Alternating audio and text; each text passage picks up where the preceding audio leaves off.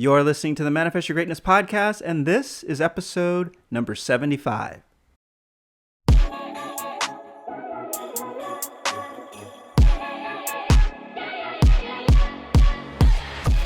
you have a goal that you'd love to accomplish, but just don't know where to start? Or maybe you've gotten off to a great start, but just can't seem to get out of first gear? I'm Curtis J. Washington, founder of the Manifest Your Greatness coaching program, and I've helped people from all walks of life manifest the greatness that they already possess deep inside. If you are committed to taking the steps required to become the best version of yourself, you've come to the right place. This is the Manifest Your Greatness podcast.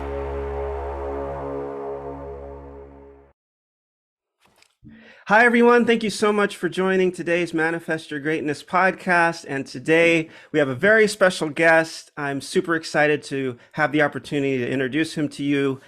He is a doctor of chiropractic. He's the director for Spine and Injury Medical Center in San Jose, California. He has extensive postgraduate education in the study of neurology, of ligament pathology. He also holds a Bachelor of Science in Cellular Biology. And so his background in cell immunology, neurology of ligament pathology, and chiropractic care provide him with some amazing insight into what is feasible in the realm of holistic health.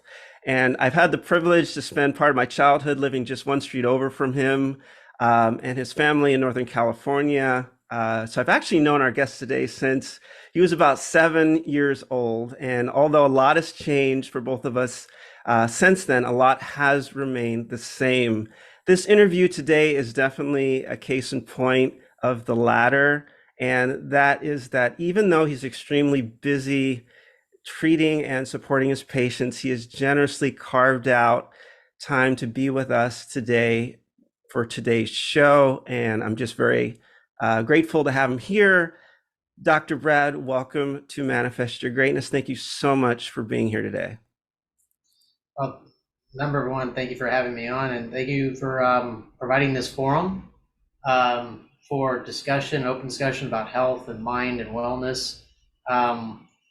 It's such a wide open and diverse topic, and I can't wait to get into what we get into. Whatever happens, be curious for what you feel like is interesting, or what I feel like might be interesting.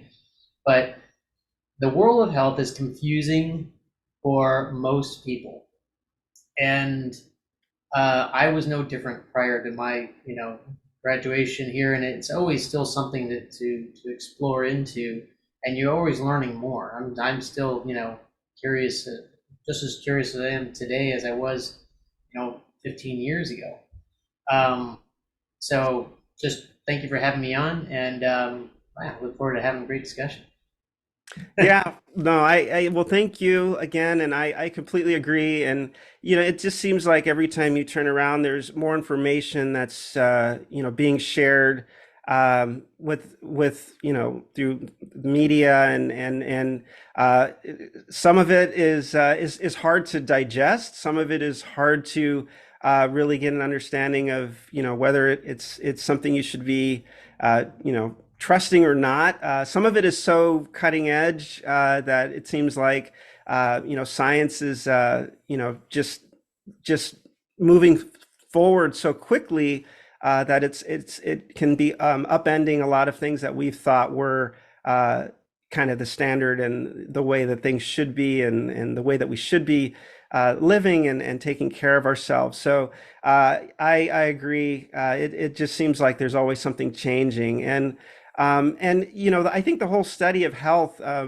is, like you said, it's ongoing, and it's something that it doesn't seem like you can ever get complacent about, because there's always something new that's being discovered, and there's always something else to be considered. And it seems like you've, of course, when we met, obviously years and years and years ago, we the way that we were brought up, right? The way that our parents thought of health and nutrition and all of that, was That's very different. And it's definitely evolved since then. But I was just curious, just before we kind of get into some of the more the more difficult concepts and everything around cell immunology and things like that.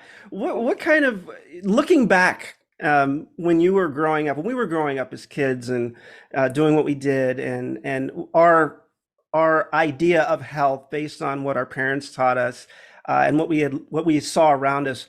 What are your thoughts about that now, and kind of, how have things changed in the most drastic ways from your perspective?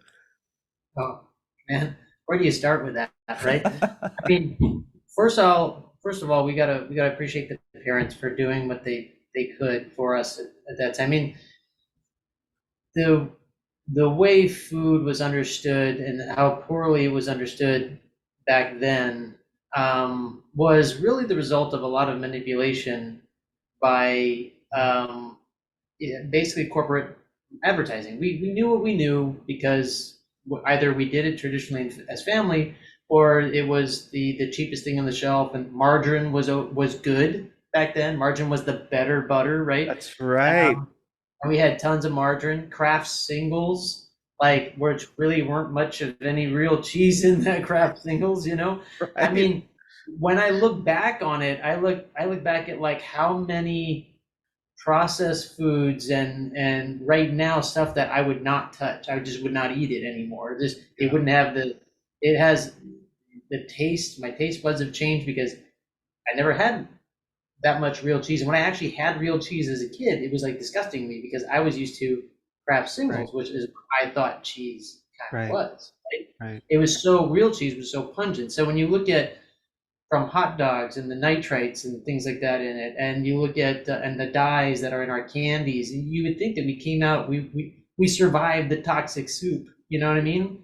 Yeah. And but we didn't know it was. They didn't know it was. We were Right. told, yeah, you eat this healthy, bake, whatever it might be, from your Twinkies and Ho-Hos to bacon and hot dogs and hamburgers. It was all fine, right? And Right. peanut butter and jelly sandwiches.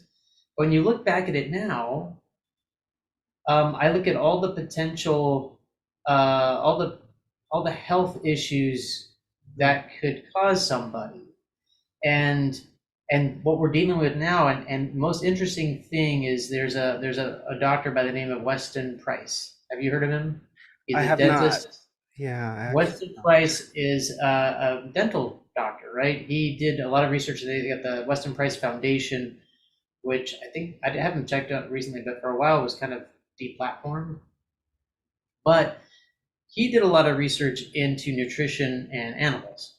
And he noticed because animals have a faster metabolism than we do.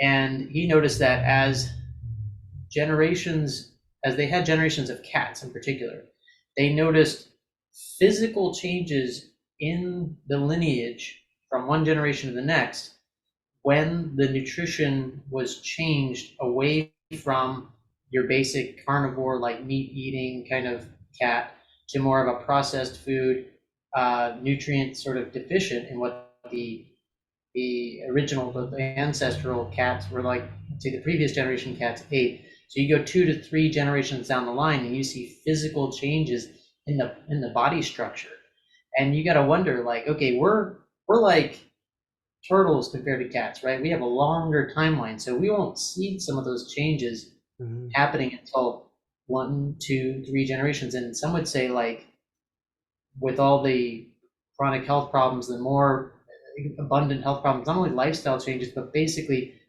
what did we experience, and now what are our offspring like my daughter, my son, they're dealing with some of the toxicity that we accumulated Mhm.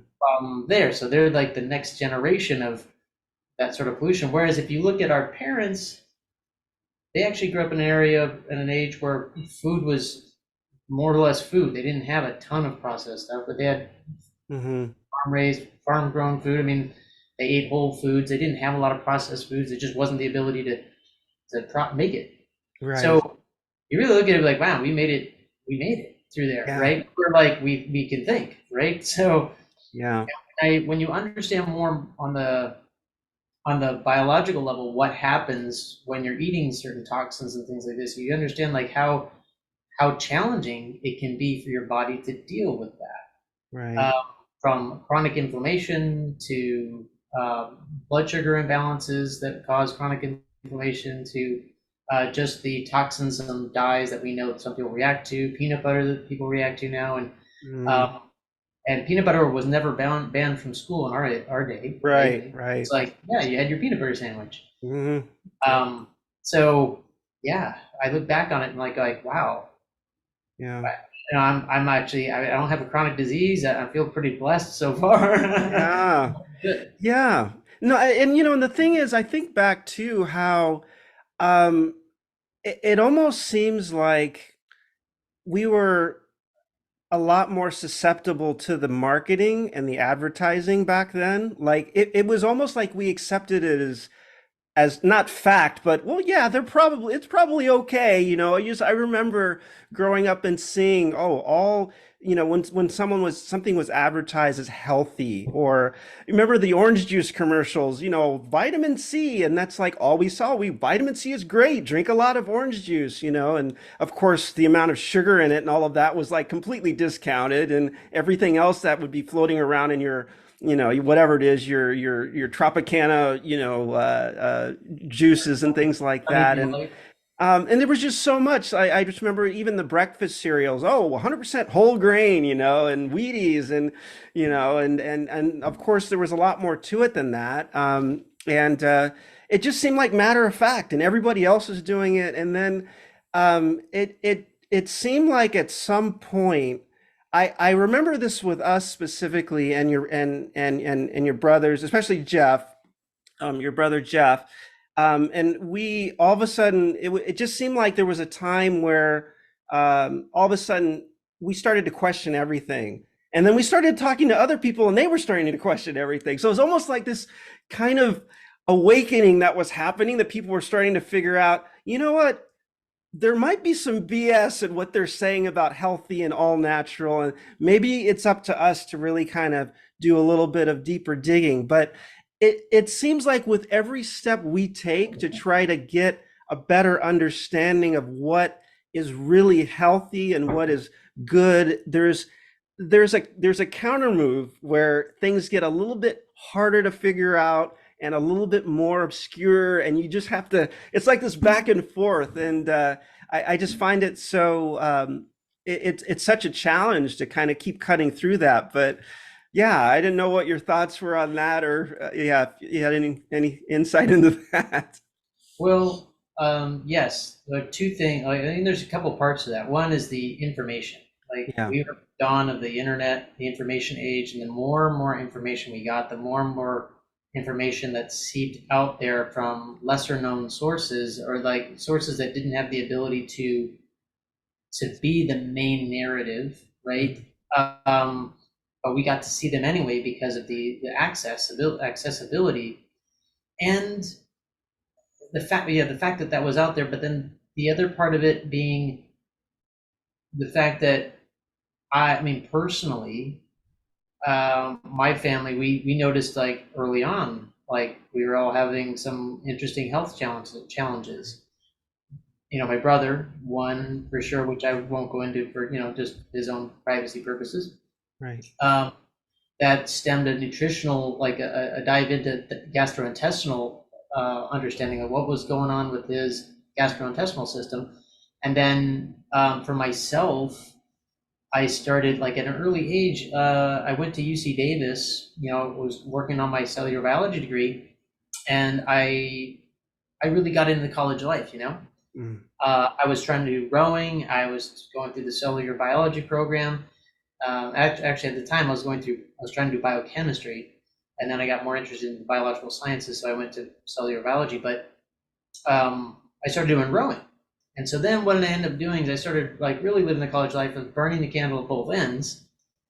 And rowing is hard. I woke up at 4:30 in the morning, but being a naive college person at the time, I would go to bed at like 11 to 12 at night, and kind of just push the envelope, go to class half dead because I worked my butt off.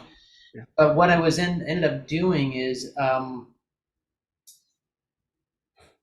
basically burning out my body within 1 year, from the rigor of school to the lack of sleep to the doing the exercises. I had really created this health issue. I got insomnia, low back pain, I had knee bursitis, and I got sick.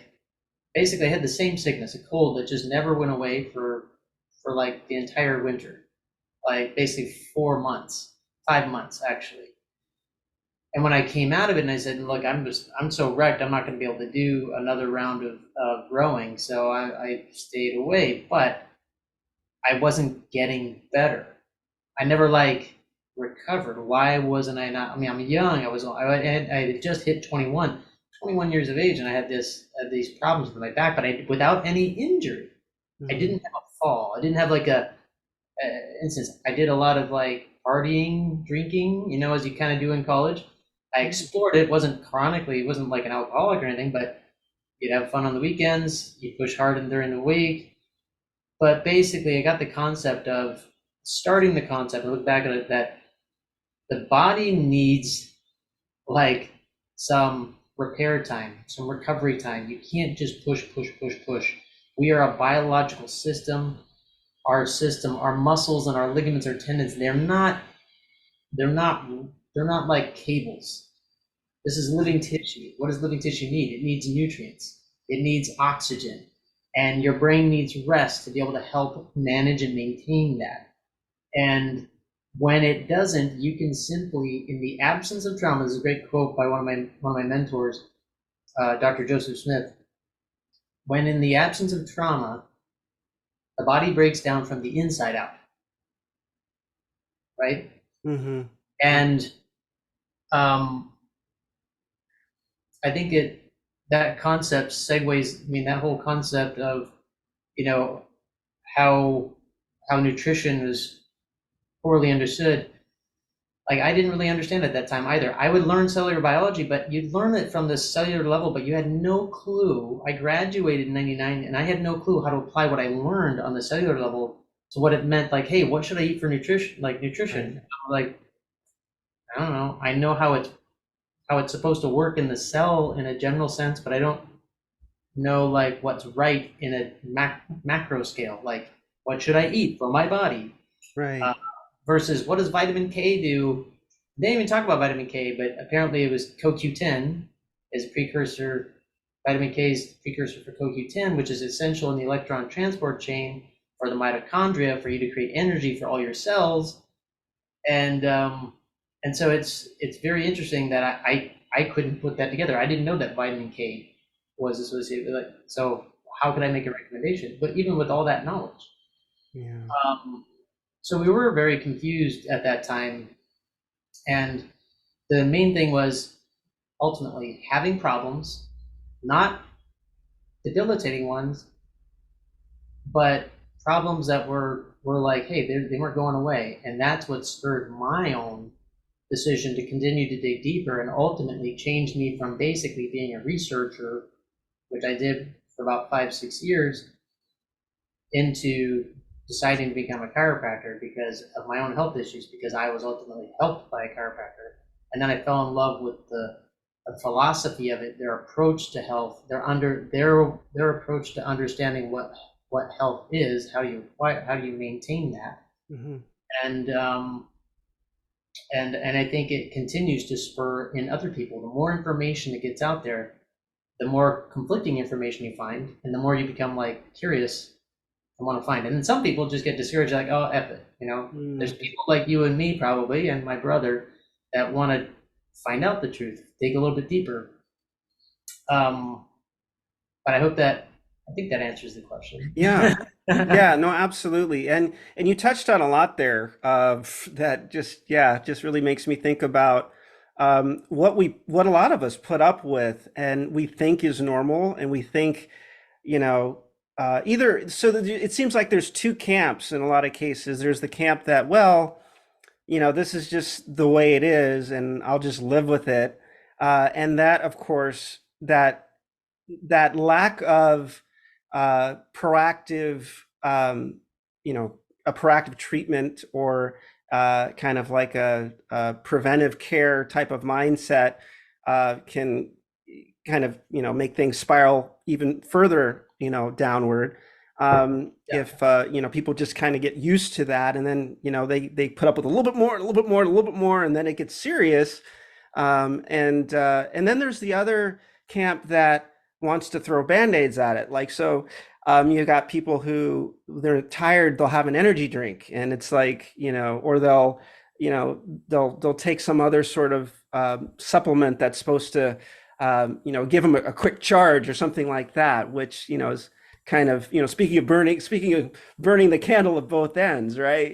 So it seems like, it does take a commitment and I think a more of a long-term mindset, kind of just thinking about, um, really paying attention to the little things that can make a difference long term.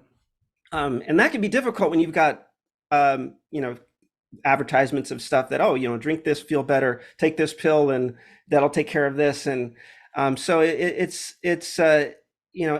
seems like it's something that a lot of people kind of get caught in the middle of, like, oh, well, I can just take that pill, or I could either, put up with it, and I got through it yesterday, I'll get through it today.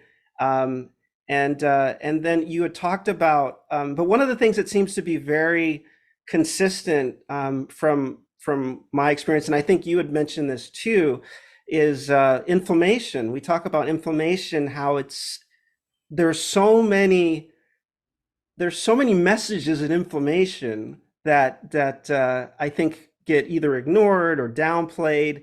And I was wondering if you could talk a little bit about your experience and perhaps what your insight is into how maybe some of those experiences with inflammation, people can maybe tune into and maybe act more proactively to help themselves stay healthier, become healthier when they experience, especially like, chronic inflammation, things like that. That's like $1 million question, right? Um, so inflammation, I mean, for all the viewers, I mean, ultimately inflammation is basically a fundamental process or start of almost basically every disease process, save a few genetic dysfunctions or a few genetic uh, birth problems. Like if you have genetic disorder, a true genetic disorder is not a disorder that isn't already there. Develops necessarily there. It's there at birth. A genetic disorder is there, and it's going to be present. Like thalassemia, your blood doesn't all of a sudden change to a thalassemia blood like later in life. It's there already. It's been there. That's how your body develops. Um, cleft, some like cleft palates and things like this. I don't know a lot of the genetic disorders, other than to say, look, very few of people's conditions are genetically pure genetic problems in nature. They are the concept of, most problems are the concept of the result of epigenetics, basically how your genetics are influenced by your environmental factors. And when we say environmental factors, we mean what you do to yourself eating and what you experience and what you do outwardly with your body, like exercises, not exercising, eating vegetables versus eating candies, those things. So when you have, say, an imbalance in a system, let's break it down to simple fundamentals. Like when you're stabbed, you bleed, your body goes through an inflammation process of swelling and then causing bleeding. The purpose of bleeding is to push out the chance of infection, right? The swelling that happens there the recruitment of white blood cells to destroy everything in the areas to protect against infection. That's a perfectly healthy type of inflammation. So there's that type of insult inflammation, but then there's also the internal inflammation that can be the result of toxicity. So let's think of something like a chemical toxin like arsenic or something like this. You take in a poison and it causes a reaction in the body. That body mounts an inflammation response, which is basically going to do a few different things. It's going to be slightly different than the stab. So some of the things your body's going to recruit is it's going to try to absorb water. It's going to try to vomit. It's going to try, but chemically in the blood system, it's triggering a set of inflammation responses along that path. So a toxin can create inflammation response, as well as too much sugar in your blood can create an inflammation response because of an imbalance that gets created in the blood sugar. So you have too much blood sugar, it starts to basically kick up a body's response to try to swell and retain water to dilute the sugar in your blood. That is a form, but it has to trigger a form of inflammation response to do that. Otherwise, your body just doesn't want to hold water. It uses the kidneys to push it out, right? Mm-hmm. Then you also have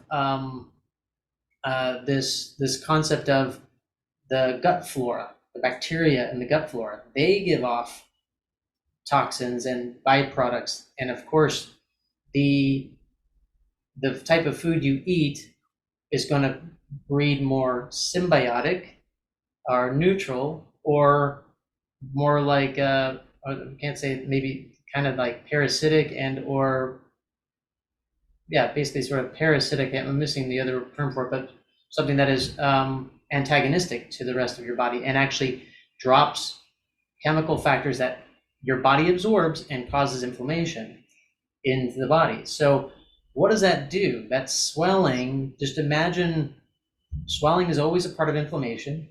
If you swell your finger just a little bit and you try to touch something, it's more sensitive or less sensitive? Yeah, definitely more sensitive. More sensitive, right? So if you imagine, if you come in contact, or you're chronically high in blood sugar, you come in contact with a regular toxin that you're not aware of, right? Maybe, someone uses bleach and your body's just not really good at, processing, inhaling bleach around you all the time. Your body is going to go through an inflammation process. That is bleach is chlorine, basically. That's basically what mustard gas was made of. That's toxin. It's not high concentration like mustard gas, but it's irritant, and that irritant creates inflammation. So there's many different realms of where inflammation can come from, but it all generally results in a process of reducing oxygen to the tissue, expanding water content, and making basically your whole system more sensitive, more irritable, kind of like a person who's got sunburn. Sunburn is an inflammation process, right? Mm-hmm. So that is a chronic stress on the tissues of the body. Now then you go to start exercising like that. Exercising creates metabolic waste product, right? That's toxic once the cells push it off outside of them, becomes toxic to that environment. Normally what's supposed to happen is something comes in, basically the blood comes in, pulls it out, sweeps it away, and then the liver processes the metabolites and the waste products. The hemoglobin binds with the CO2, takes it out, pushes it out through the air. But if you're inflamed and you're swollen, your body doesn't circulate as well. Mm-hmm. It doesn't move the toxins quite as effectively. If you have a lot of this always going on day after day after day, you fatigue the detoxification systems like your liver, your kidneys, and your skin. And so you get this cumulative effect over time, which is why most people fatigue and have problems that come on later and more chronically, because when you're young, those systems are virile. They're very They're very fresh. They can take a lot typically. But as you get older, it's just harder and harder and harder. And the longer the inflammation goes, the weaker your tissue gets. Literally, your tissue gets weaker because there's not enough energy production, because there's not enough oxygen getting to them, because when you're swelling with water, but you're not necessarily increasing red blood cell count. Mm. And so this is basically a fundamental kind of concept to understand what happens. So where does inflammation come from? So many different sources. It all depends on which path was taken to get there. Right. So imagine a firefighter going out to fight a fire in a housing complex with all the different chemicals that go up, and they can either be absorbed through their skin or inhale through the smoke. Then they are working very vigorously and hard, right? So they fatigue themselves, creating metabolic uh, inflammation from that, like lactic acid buildup, things like this. Right. And then they go home, they have a beer, right? Because they're just like, oh, I'm not More getting out of beer. toxins. Yeah, more toxins, more load on the liver. And then you finally get some rest after a 18-hour shift or something like that because you're fighting, and then they're exhausted and fatigued.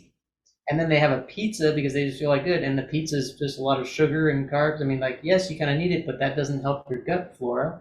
Gut flora adds to that parasitic type of bacteria, which dumps toxins in the body, which then creates it. So you can see this building positive feedback loop that ends up resulting in a very negative health effect, Right. affecting the brain, affecting the organ systems, affecting literally the tissue integrity, and over time causing failure like sprains and strains that I deal with. Um, Depressive disorders, which is neurologic inflammation. That inflammation is systemic. You don't know where it centralizes, but it's all over. So Right. that's why I mean it's like $1,000,000 question because there's so many different ways that inflammation is part of the problem. But if you were to say fundamentally, what are the biggest sources? You're talking about toxins, smoking. That's literally two reasons why literally smoking is one of the biggest problems. Um, I think diabetes is really the next one, or blood sugar is the next one. Or actually, blood sugar is probably first, and smoking is probably second. Is because smoking adds chemicals to your body, but secondly, and probably more importantly, it literally robs your body of oxygen. Mm. And you're asking your body to work when you're giving it something that's subtracting oxygen while you exist, right? And the number one thing you need is oxygen to create energy to maintain the cell's integrity. And so people just think, oh, it's just, I just have a little less oxygen, no big deal, no big deal. But you do this chronically, every tissue is lacking oxygen. Mm-hmm. Every tissue. That means you're going to be more susceptible to pulling a muscle. Strain, like the ligament integrity itself is going to be less. The tendon integrity is going to be less. The muscle integrity is going to be less. It's robbing your body of energy, period. Right. Right? And adding a toxin to that. Diabetes, you're basically ramping up a chronic inflammation state and you're feeding the parasitic bacteria that are feeding into their byproduct of their waste product into your body's system, adding to a chronic inflammation state, imbalancing you, robbing you of nutrients, and the fact that the blood sugar is so high in the body, it's kind of like, the best way to kind of put it, it's kind of like taking water and your body turns from something like water to something more like syrup in high concentration of sugar. And imagine syrup gets caked around the arteries. It gets stuck onto the receptors of the cells and blocks cell-to-cell communication, hormone communication. So you're talking about erectile dysfunction, hormone imbalance. We're talking about depression. Huge, right? So many things. Just where is your system more affected by you and your unique genetics? You might be more affected at the brain level, or the liver, or the pancreas. You don't know. You don't know. So it's like so many different ways, but inflammation literally is the core. So yeah, so the how do you get around it? I mean, what do you do? Yeah. I always tell people you got to stick to the fundamentals of physiology, and that what I learned back in medical school, chiropractic medical school, also what I learned in anatomy and physiology in Davis, UC Davis.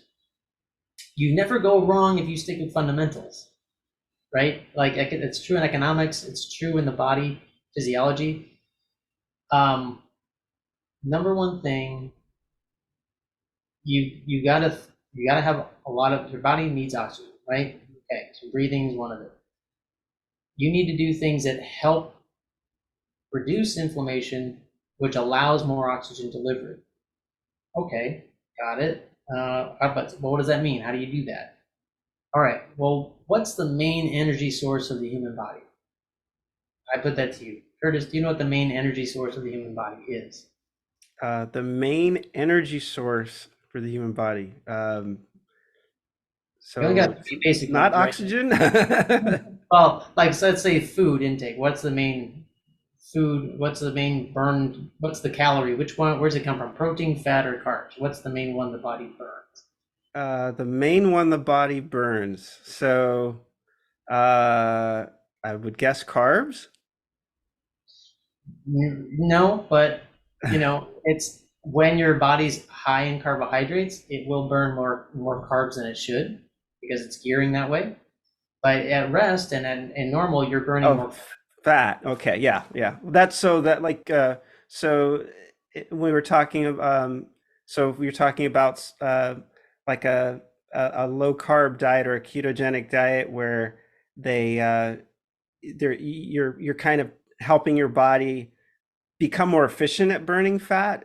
So it sounds like you're saying ideally that should be our main source of power anyway. If we know what we're doing with our nutritional with our macros and things like that. Right. I mean, back in the 1950s, there were scientists or two competing theologies, and one was like, oh, what causes more fat streaming through the blood in the body? Is it a higher, is it sugar or is it fat that's causing more of the fat inside the body? And when you just put the basic question out there, you think, oh, if I eat more fat, there's gonna be more fat circulating in my blood. And no, it's not true. The science came back, even back in the 1950s, that sugar actually was creating more circulating blood triglyceride or fat levels versus eating and consuming your higher levels of fat and lesser amounts of carbohydrates. But based on the popularity contest, who's going to get their idea out there first, and then who got supported by industry. The carb diet and anti-fat diet was the line for basically throughout our whole childhood. Mm, Right? yeah. My mom still to this day, even though we've sent her a lot of stuff, like still thinks like, yeah, I gotta watch out for that fat. I gotta watch out for that fat. Mm, mm, yeah. But even when I was going through in the 1990s, when I was going through anatomy and physiology, the number one thing that always stuck with me was like, okay, the body has a whole system for regulating sugar. You have insulin, glucagon, you have um, the pancreas, which secretes this insulin into the bloodstream to help manage blood sugar levels, and your body will expand or contract volume accordingly. But what system was there for regulating fat or protein? Mm, It doesn't have one. right. Why? Because it doesn't care. Right. What it has to care about sugar. Sugar is needed, but it's also, too low, it's deadly. Too high, it's problematic. It's more deadly on too low, right? But problematic, chronic inflammation level when it's too high. Right. So your body developed this system from the brain, from the pituitary gland, all the way to the pancreas, to the liver processing not only fats but also sugars and things like this. And its job is to process sugar. When there's excess sugar, its job is to go overdrive, take sugar, turn it into fat, triglycerides, and dump it into the bloodstream to be able to be deposited into the fat storage, right? Mm. That's its job. Too much sugar, turn it into fat, pop it out over there, pop it out into storage. Um, so if you really think about it, you're basically dealing with sugar. Dealing with sugar in the body is like dealing with a nuclear reactor. That's the way I kind of relate it to people. You don't want to have too much going on. You don't want to overrent the system. You don't want to have too little and power outages. But you got to keep it into control. Yeah. Not that you don't have it. I mean, it's you got to have you want to have it. You just don't want to be expensive. And universally around the United States, for sure, what's the main component of our food? Mm. It's carbs. Like every meal has like even like you go to sushi, even you go to sushi, the rice is big time there, wrapped in every roll, Mm. etc. If you go to the American diet, you got French fries, Coke, and then you got your burger with buns. I mean, crap Yeah. load. But it makes no sense. It's the one thing that your body's trying to regulate with the most minutia. Right. So just thinking about that. Now, again, like I said, I think about fundamentals, and I think if your viewers think about this and they think about fundamentals, you'll never really go that far off. Right. Okay, protein. Okay, protein is a component of basically every cell in the body. It's the building blocks of your body. You want to build muscle, you want protein. You want to have cell-to-cell brain transmission, it comes through a neurotransmitter, which is a protein. Mm. So if you deny yourself protein, your body's going to have to get it from somewhere, and it's going to leach it from itself if it can't make it. Okay, that's not a good idea, right? Right. So you want to have some amount of protein. I don't care where you're getting it from, just get some protein in there. As long as it doesn't cause an inflammation response, like an allergic response, right? Right. And then fat. Shouldn't be afraid of fat. Fat, if your body's acting the way it should be burning fat on a regular basis to your resting state should be burning fat efficiently. And when your body does run and has built up the mechanisms for metabolism of fat, you actually use fat longer in the exercise cycle, before it totally before it has to kick into all sugar.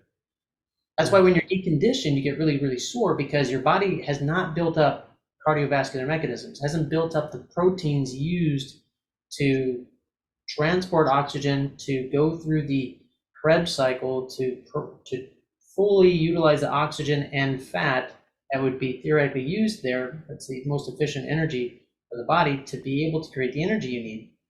But if you don't have a very robust system, you don't have the mechanisms of transport in your blood to do that, your body's going to go straight to sugar first and then go backwards, which is why, and that creates inflammation because of the metabolic waste, the lactic acid, which is the reason why when you start off in your weekend warrior, you're more vulnerable to injury because you create inflammation in the tissues that you're using, the muscles, ligaments, tendons, makes you more susceptible to fatigue.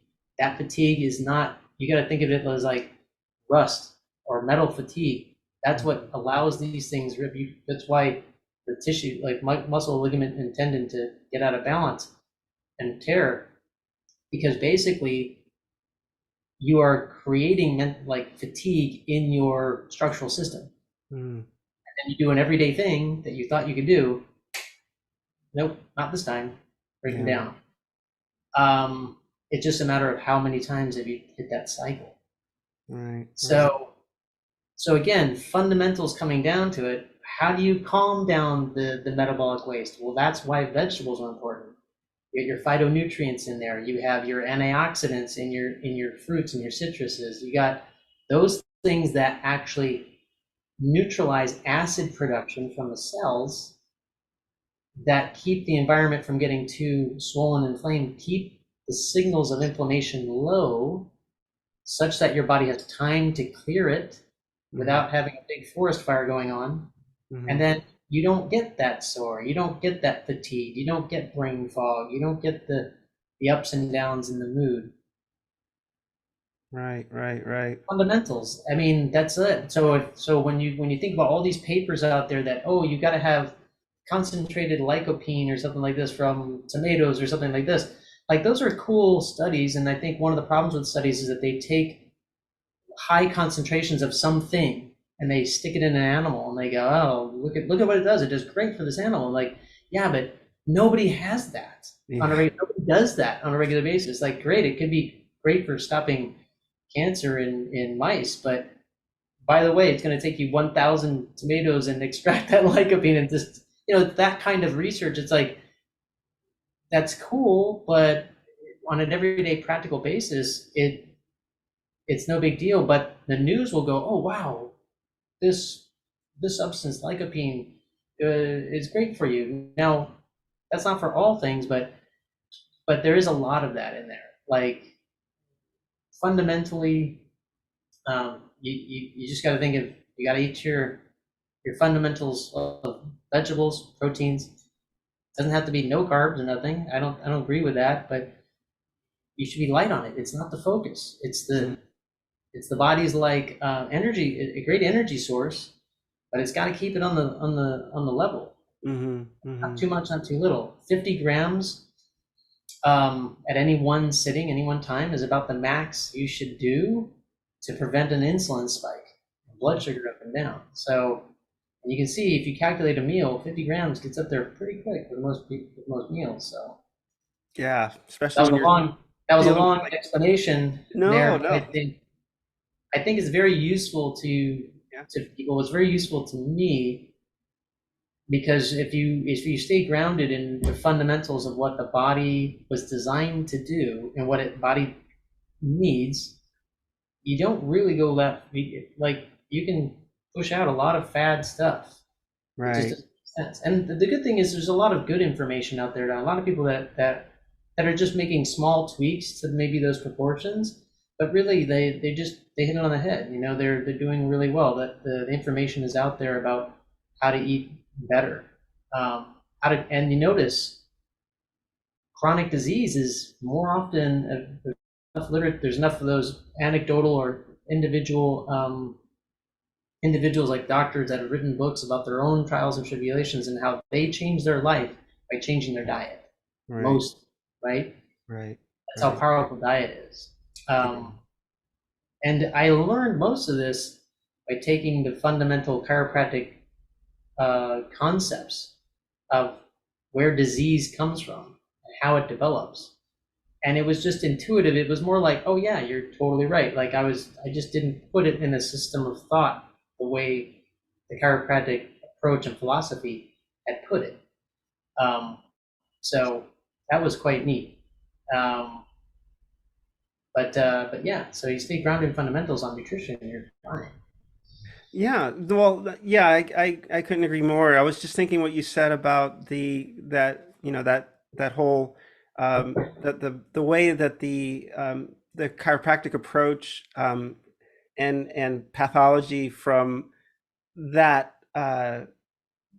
that way of from that practice, from that way of thinking, and of course of course dealing with helping treat inflammation and things like that. But I was wondering if you could share a little bit more about what the chiropractic kind of approach is to pathologies for diseases and things like that.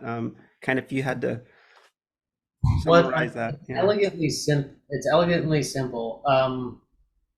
Really, the concept is a vertebra, or basically the structure of the spine, being out of alignment, creates nerve irritation or nerve pathology that affects the brain and the brain's response.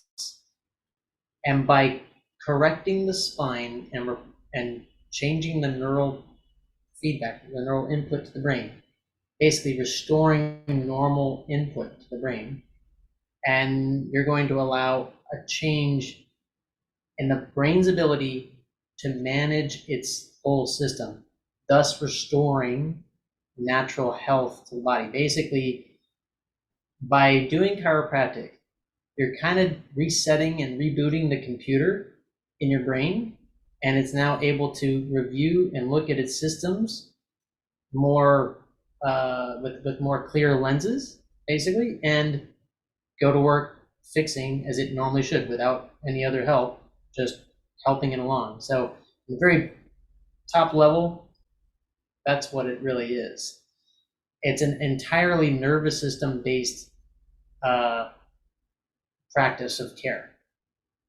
So, this is why when you go to the chiropractor, for those of those that have never been one, they might be scared from it one way or another.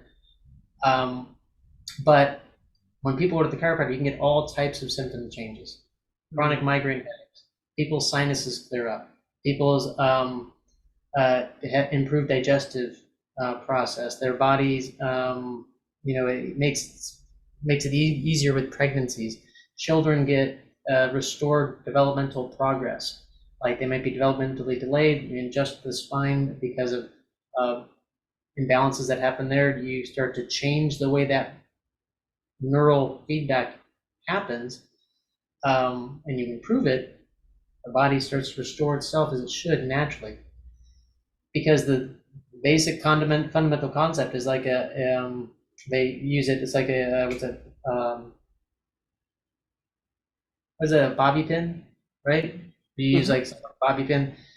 So if a vertebra is out of balance and out of alignment, causing nerve compression, you broke that feedback loop.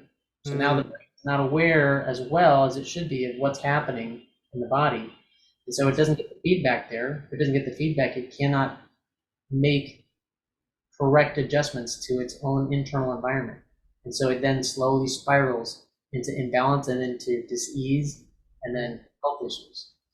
Right. So that's why fundamentally, really, it's a practice for everybody, literally from birth to death.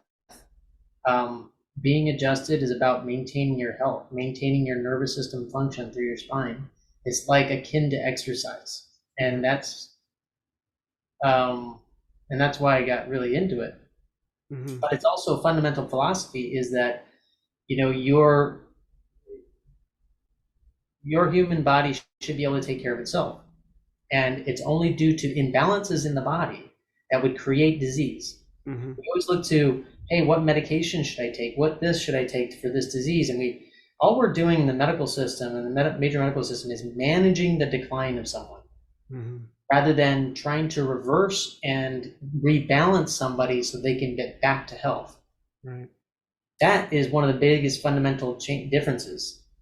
If you Right. look at chiropractic, we are trying to restore function, restore balance physically, nutritionally, and when you do it physically and nutritionally, you change the mentality.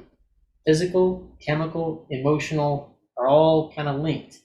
Mm. If you're not doing well physically, like the structural side of things, creates pain, that's going to affect your mentality. If you're not eating well, that's going to create brain inflammation. That's going to create problems. That's going to create cognitive dissonance in your own brain, like emotional issues, baggage, whatever you want to call it, depression, all those things. But um, then that thus then affects how you hold your posture, how you hold your confidence of yourself. I mean, like it's again another different type of feedback loop. Mm-hmm. So when you realize this, you realize how important the structure is. You realize how important your food is. You realize how important those two are to your mental health, and vice versa. So people who are unhealthy make unhealthy decisions because their brain is too inflamed to really think straight. Right. So when you think about the homeless, it's like, man, if they got to that point where they're homeless, they're probably not eating very well. They're probably not doing very well. Like, do you really think they'll have a chance unless some Mm-hmm. people are there with this understanding to try to truly help them along, rehabilitate them, Mm-hmm. bring balance back to their bodies internally and out, and then they can think clearer. They can make Right. better decisions. They can elevate themselves, Right. which is why it's only the unique people that can get themselves out of that situation. Right. So, but anyway, but that's the fundamental concept. The imbalance comes from basically congestion in that Mm. nervous system, and that congestion, that nervous system, is affected by everything you do. Right.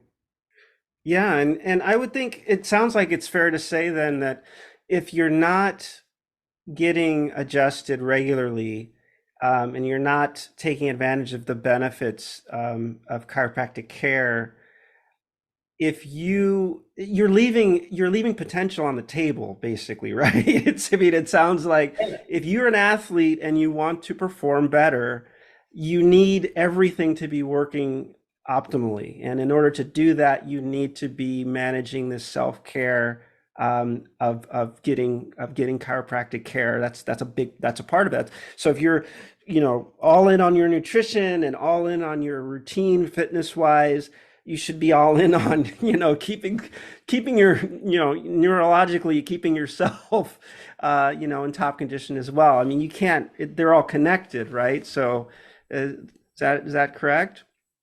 I mean, that's something I totally agree with, and can't really emphasize more because nobody's perfect. Nobody can balance their system perfectly, and there's people that do get it pretty darn good, but nobody's really perfect. And like I said before, the body is subject to fatigue. We're not cables and pulleys. We're living tissue. You overstress living tissue. That tissue needs time to recover and subject to failure. So you have people that look like super good, super strong. They could be marathon runners, but their body's not recovering, and so they're getting beat up, and so they're slowly whittling away. Even though they look like they're in great top physical condition, they may be exercising 7 days a week, causing a different type of slow degenerative stress on their body, but they keep kind of, they do well enough Hmm. and pushing through. So it's like, but it doesn't have to be, of course, for the athlete. I mean, we're talking about just general health and wellness. I mean, just getting people that, like, I see a lot of people in their 40s, years my age, and they can't go hiking, Hmm. right? And I think, like, dude, you haven't even made it through 50% of your life, Hmm. not even 50% of your life, and your manufacturer warranty gave out on you already. You can't walk or you can't hike very well. Yeah. How crappy of a vehicle do you have to have if you're like, hey, well, this vehicle, this Toyota is supposed to last at least 100,000 miles. You're good, but you got 50,000 miles, and you're like, well, I can go from my house to my store, but I can't go over to San Francisco. That's an hour drive. No way, dude. You'd be pissed if you had that, right? And yet, Absolutely. we we we as a society accept the fact that when we're 40, oh, I'm getting old. It just is like bullshit. Sorry, Yeah. Yeah. but BS. Yeah. BS.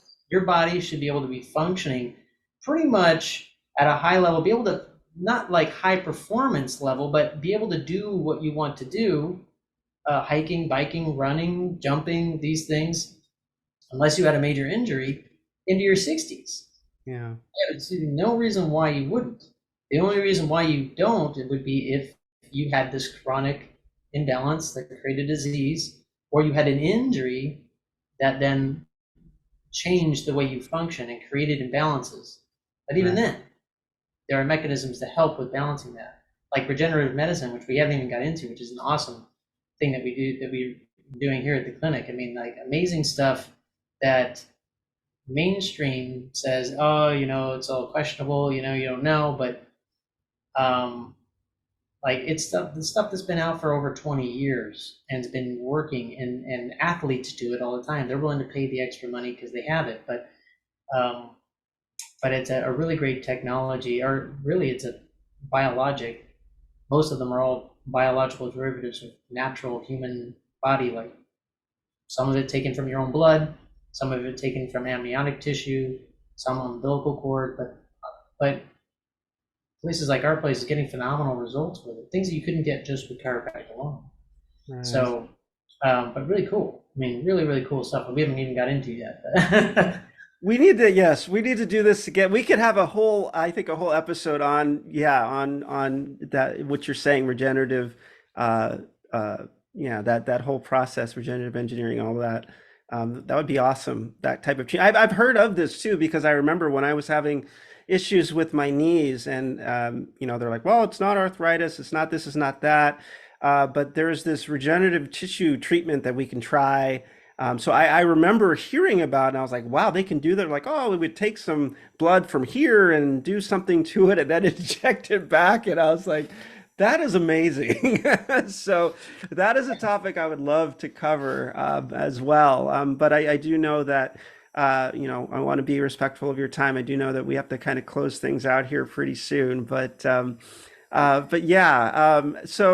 I definitely want to make sure before we go, though, we covered so much, and I know that there are so many things that our audience could be doing to take to manage self-care, to more actively manage their own self-care and things like that. But I was wondering just if there was one thing that you might suggest, or I call it the challenge. I typically end the episodes with a challenge, but something that the audience could do today that would be a step in the right direction that could get them to take action towards becoming healthier and more well overall. If you had a suggestion.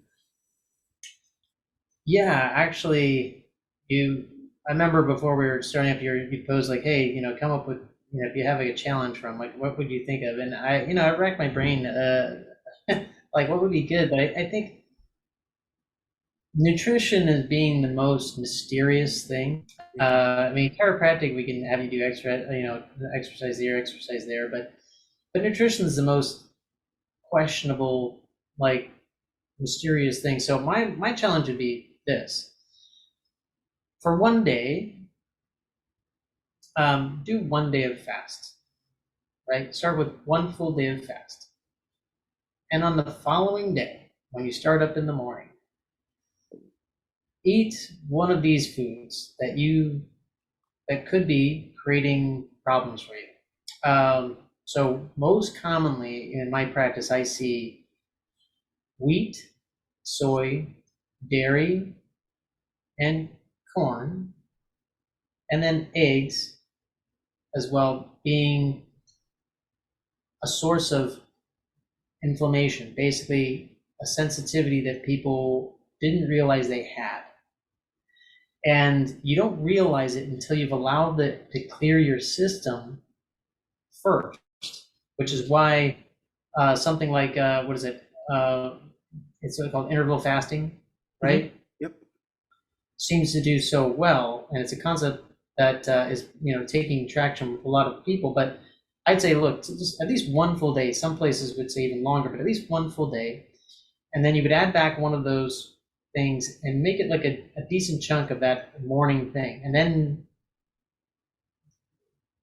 have nothing for the lunchtime and then eat dinner in the afternoon. But notice what you feel those few hours afterwards. And you Hmm. would do that like once with each one of these things. So um, you might take a number of fasting, but you pick ones that you think are the most likely, like ones you may be suspecting. For Asians, I would say start with dairy. For Hmm. your most everybody, I would say gluten, something with bread in it, right? Um, and then you got eggs, and you got something like, and coffee would be one of them too. And you see how you react, see how your body feels afterwards. And you can do it with anything. It could be with cherries. Maybe you think you're allergic to cherries. Maybe you think you're allergic to shrimp. Try it with shrimp. Try any one of these things. My bet is that you're going to find something that your body's not reacting to. Most likely, the thing that you crave the most Hmm. is something that your body is really not happy with having on a regular basis. So that's my challenge for the patient, just self-discovery. And you can run with this with everything that you're suspicious of. You can try this whole process. Everything you're suspicious of, try it. And if it does react, get it the F out of your life. Because it is literally a toxin Yeah. hurting you. Yeah. Can it come back? Can you reintroduce it at some point in time? Possibly, yes. Yeah, it's possible. But right now, if you're doing, it's not good for you. Get it out. It's literally robbing you Right. by creating this inflammation process. Yeah, So, I think that's outstanding advice. I did want to ask you though, because you mentioned something that made me really think. Just on that note, you mentioned that it may be something that you crave the most, and I've heard that before. I've heard that when I was told that it was just in another discussion I had had with another doctor, and they were saying that when you find it, when you find yourself craving something the most, is it's oftentimes that's something that you need to cut out, or that's probably could be the source of something that is not doing well for you. And I was just wondering what kind of where did that kind of come from, or what kind of made you want to add that little bit of detail? Because it is, I mean, it's not a steadfast truth, right? But Yeah, it is very common because addictive processes are, sometimes emotional, sometimes chemical. It's the chemical yeah, ones yeah, that you find actually are the most deleterious. So like if someone takes away coffee and they start having migraines because they take away coffee, that's a chemical dependency. That means that the coffee is reacting in the body in a way that is either replacing something that should be normally filled with a normal process. You should be able to supplement the normal process. But basically, it's sort of like an addictive process. You should never be addicted to any substance. mhm, Coffee.